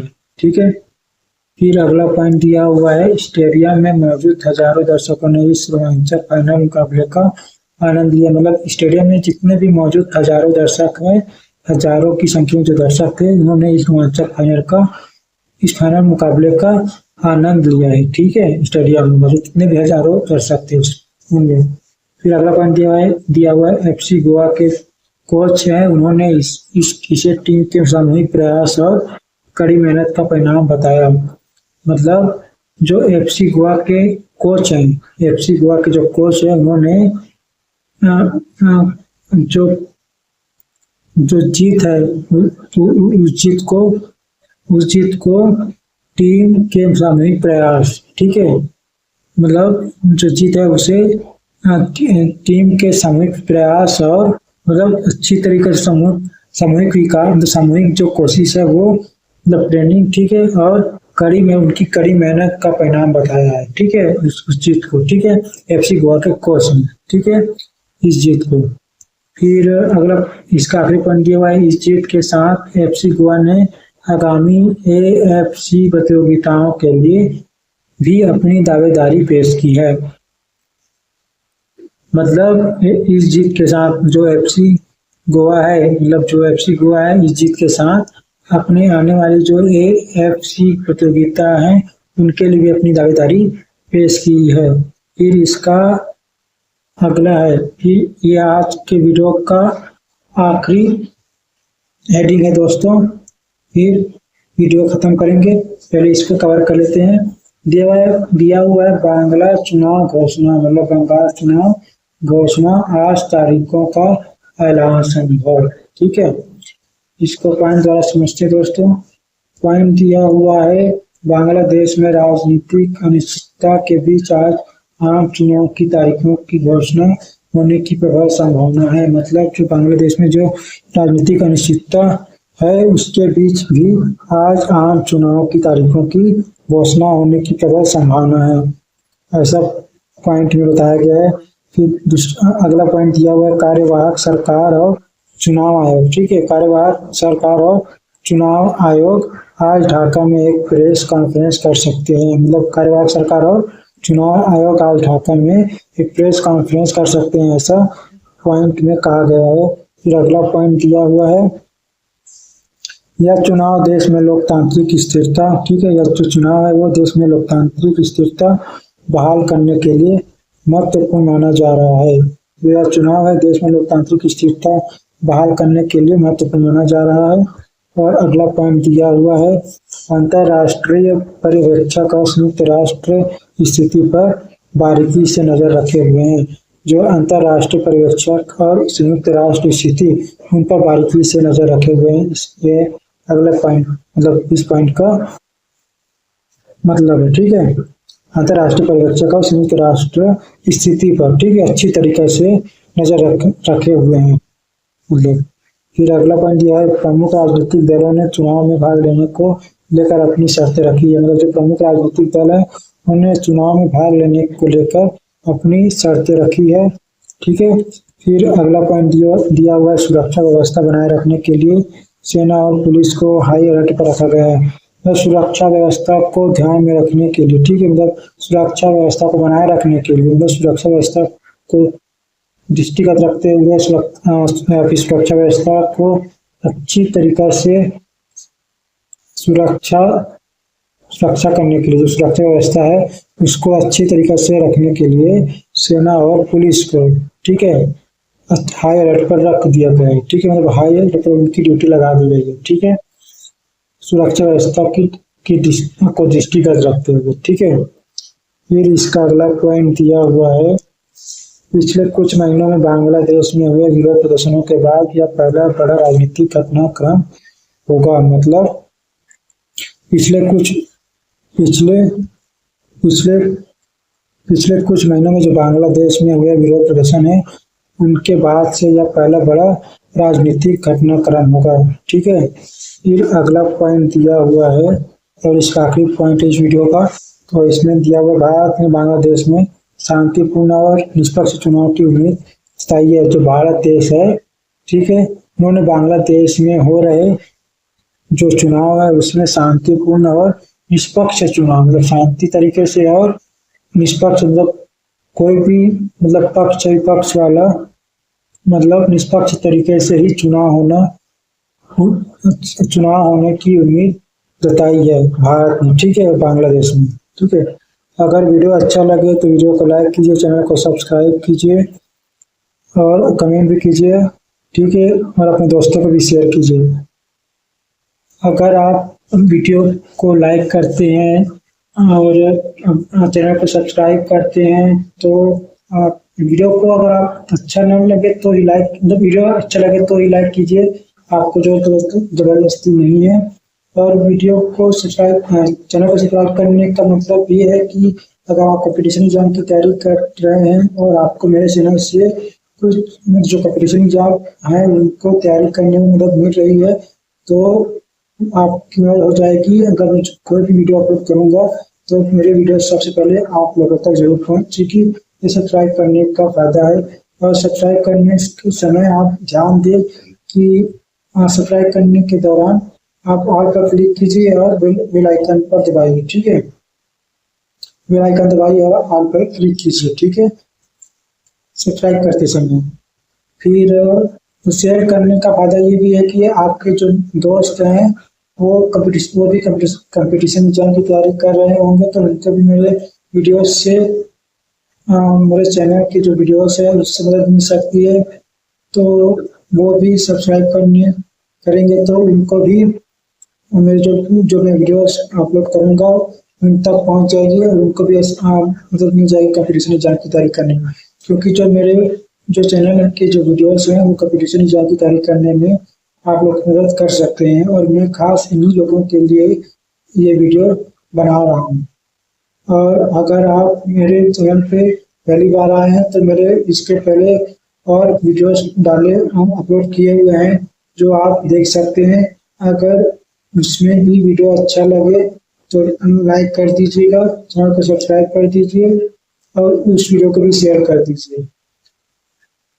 और वीडियो देखने के लिए आप लोगों का बहुत बहुत धन्यवाद, और कमेंट करके ये भी बताइए कि आप कहाँ से देख रहे हैं और वीडियोस आपको कैसे लगते हैं, ताकि अगर मेरे वीडियोस आपको समझ में नहीं आ रहा है या फिर और अच्छे तरीके से बनाना चाहिए तो आप कमेंट में बताएंगे, तो उसके हिसाब से मैं वीडियोस बनाता रहूँगा। ठीक है। और ये जो करंट अफेयर है वो आपकी मदद करेगा ही करेगा, क्योंकि आज के टाइम जो जितने भी कंपटीशन एग्जाम है वो करंट अफेयर से ही पूछे जाते हैं, तो इसमें आपकी बहुत मदद हो जाएगी। चलिए अब यहीं पर मैं अपना जो वीडियो है वो खत्म करता हूँ, और वीडियो देखने के लिए आप लोगों का बहुत बहुत धन्यवाद। और प्लीज सब्सक्राइब जरूर कीजिए।